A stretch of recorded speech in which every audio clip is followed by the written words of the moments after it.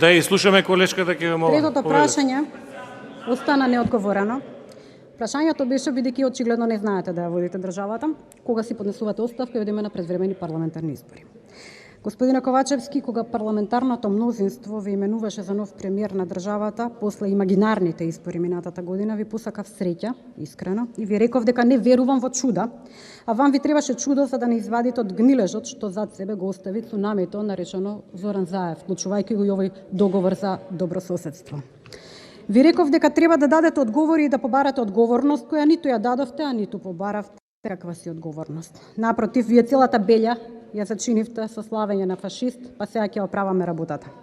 Затоа, господине Ковачевски, дајте си оставка и да одиме на предвремени парламентарни избори. Не заради власт, туку заради државата.